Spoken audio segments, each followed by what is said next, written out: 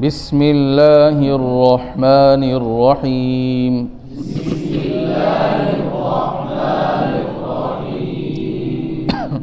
نورانی قاعدہ تختی نمبر 6، اس کے اوپر لکھا ہوا ہے مشق، ایسی ہے جی.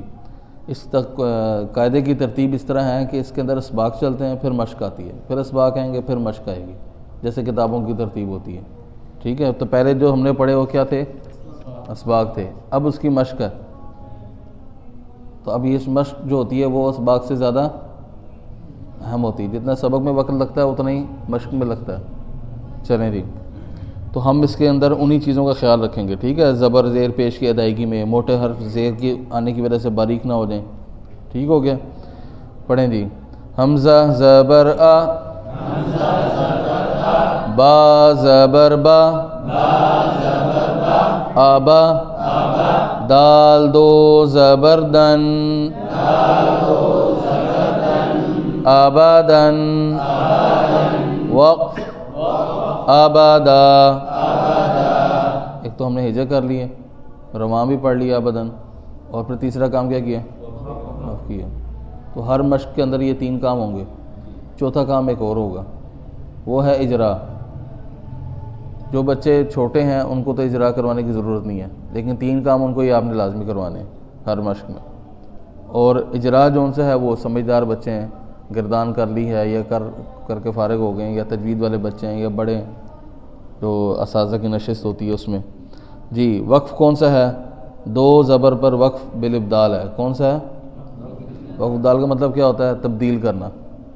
2 زبر کی تنوین کو یا گول تا کو تبدیل کر دیتے ہیں ہم. 2 زبر کو کس سے تبدیل کر دیتے ہیں؟ اور گول تا کو ہاں سے. اس لیے اس کو کیا کہتے ہیں؟ وقف بالابدال. اور یہ 2 جگہ ہی ہوتا ہے، انہی 2 جگہ پہ. ٹھیک ہے. حمزہ زبر آ، حا زبر حا، آحا، دال دو پیش دن، آحدن، وقف احد. جی، یہاں پر وقف کون سا ہے؟ وقف بالاسکان.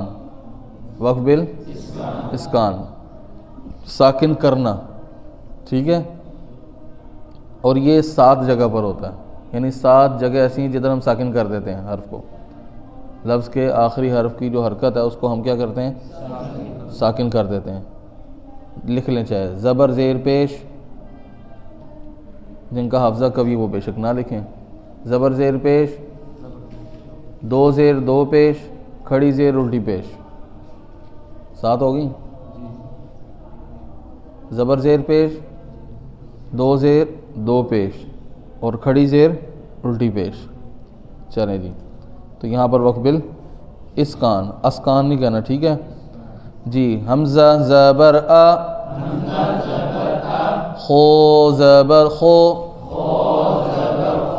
آخو، ذال زبر ذا، آخذ، وقف آخذ. یہاں پر وقف کون سا ہے؟ وقف بالاسکان. ٹھیک ہے.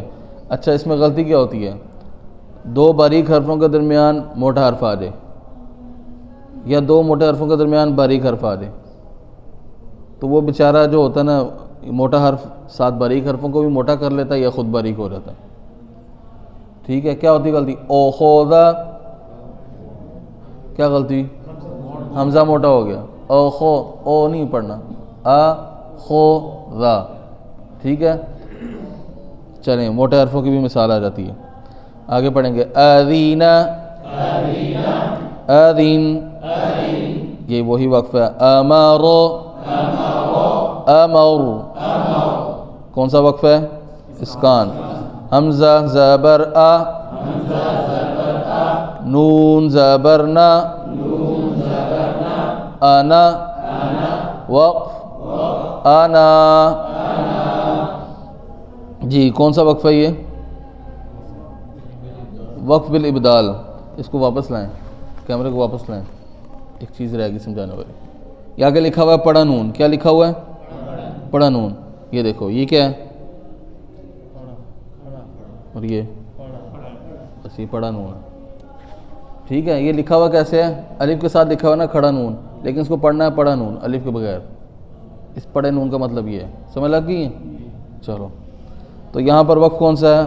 وقف بالاثبات. ٹھیک ہے, کیونکہ جو چیز ہمارے رواں پڑھنے میں حذف تھی وقف میں ثابت ہو گئی ہے, یعنی الف. ٹھیک ہو گیا, تو یہ کون سا وقف ہے؟ وقف بالاثبات سا کے ساتھ. چلیں جی, بخیلا بخیل جی صفت رخوت ہے نا, آواز تھوڑی سی توسط ہے, آواز جاری رہے گی. برورات برورہ جی ہا کی آواز ہے, بررا اس طرح ہو جاتا ہے, ہاک رہ جاتا ہے, الف پڑھا جاتا ہے. جعل جعل جمع جمع حسد حسد حشر حشر. اس کا ہجا کر لیتے ہیں. خو زبر خو, شین زیر شی خوشی, یا زبر یا